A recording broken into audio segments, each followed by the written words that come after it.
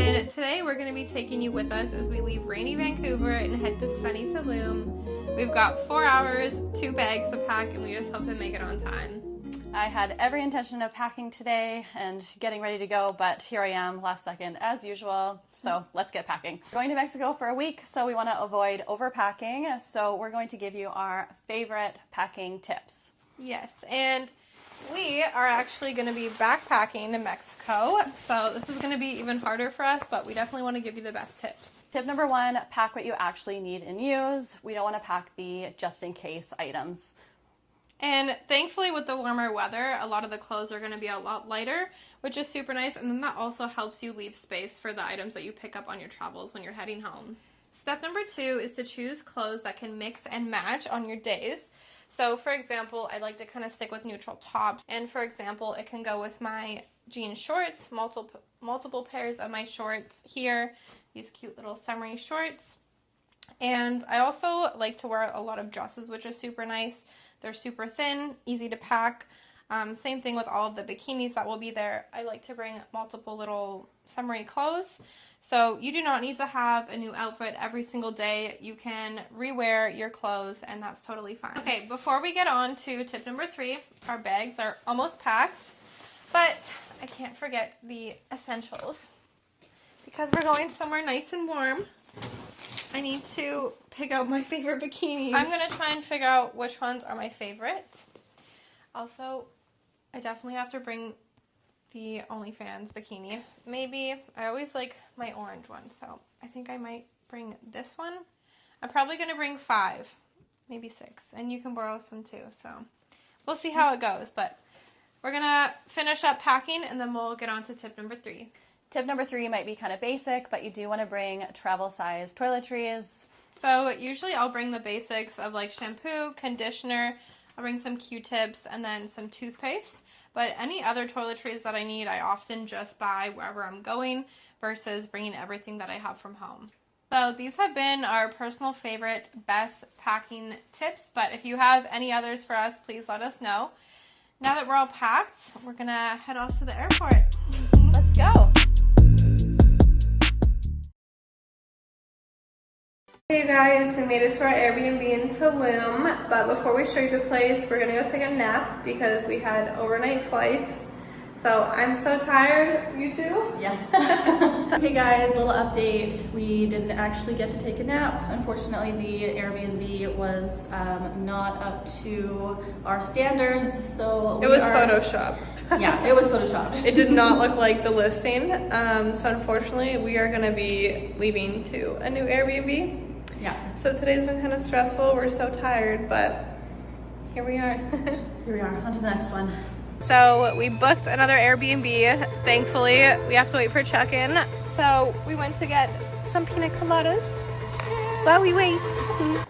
Good morning, you guys. Morning. So yesterday we rented this super cute ATV, and we're gonna go get breakfast and go get groceries, and then what? Then we're gonna give you a tour of the Airbnb that we're at. Yes. So Wish us luck. wish us luck. So we just got some amazing breakfast. So good. So good. We finally have some time to show you the Airbnb. The last one was absolutely awful. We're gonna share that story afterwards, but we're gonna give you a little tour of the place that we're currently in. And then we're also gonna share the things that we would do differently so that you do not have to. So this is the Airbnb. It's very, very cute. We'll give you a little room tour. And follow over here. It's very Tulum style. I always love this type of decor, and these are so cute. So super nice. This is 1 out of 3 bedrooms. So obviously the living room, super nice. Kitchen, quite simple.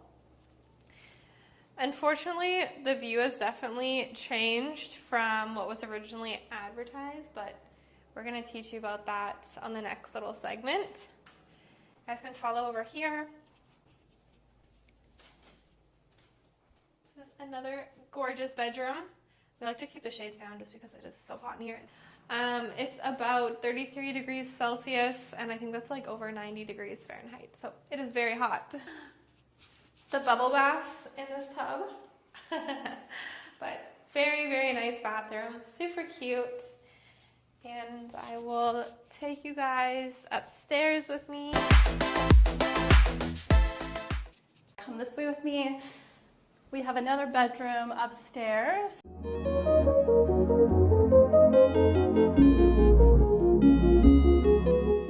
Patio. As you can see, there is quite a bit of construction. Tulum is really growing, but this used to be a big forested area. We also have our pool and our patio. We also have our own personal pool.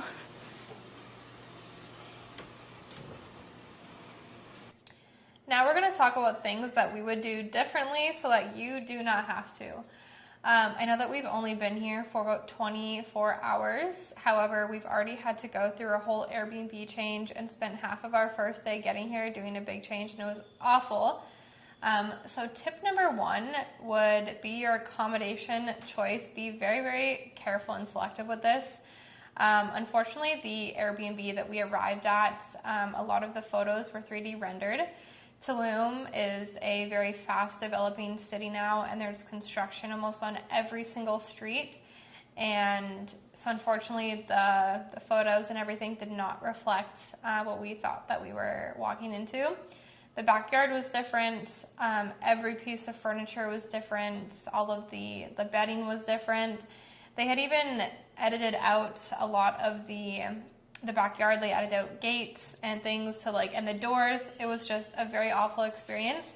So that's something that I would do differently moving forward, is be very careful with the photos that you see on the Airbnb listing. So a lot of them can be 3D rendered or just the stock photos from the development before it was finished. So that would be the biggest thing, a lesson learned. We're in this beautiful new place, which I'm very thankful for. But definitely be very cautious about your accommodation choice. So that's tip number 1. And then we have tip number 2, which is transportation tips. Next time we would definitely rent a bike or scooter sooner. We did find that Tulum it's quite spaced out, so when it comes to walking, it can take quite a bit of time to get to places. So we did end up renting an ATV. With our previous accommodation, it did list it as being, or the host had said that it was 5 minutes away from the city, but it was more like 15 minutes, like a 15-minute car ride to get to the city, and we were in the middle of a jungle, so it is really important to have reliable transportation. It's also very likely that your Airbnb will not be close to the beach, as the hotels are all kind of in the beach zone. So it's really important that you have transportation to be able to go to the beaches as well. They are probably a good 10 to 15 minutes away as well on a scooter or an ATV. So it's important to have transportation to be able to make it there as well. Mm-hmm. Yeah, very good point. And then tip number 3 would be hopefully trying to get some pesos beforehand. I personally prefer not having a lot of cash on hand, being in a country like Mexico, just for safety reasons. And a lot of places do now take card, which is really nice and convenient if you don't want to take a lot of cash. However, I did find it really hard to get cash in Tulum. We probably went to 4 different banks, and we had issues with our cards, the location of them, and it wasn't until we went to one of these grocery stores and everything, but I have traveled around Mexico a ton, and I've never had as much of a hard time getting cash than I have in Tulum. So that was really interesting to me, and that's why I didn't arrive in the country with many pesos, because I thought that I could just get them easily here, and that was not the case. So definitely make sure that you are prepared with cash when coming to Tulum. And then for tip number 4, you don't want to trust the kind of Google Maps, Apple Maps, because even with our previous accommodation, it made it look like it was a lot closer to the city than it was. Also, when it came to finding banks, we had gone to 4 separate locations, and there was a lot that were they were closed, or they weren't actually located there anymore. So it's important to just keep that in mind that the Apple Maps, Google Maps, they may be inaccurate.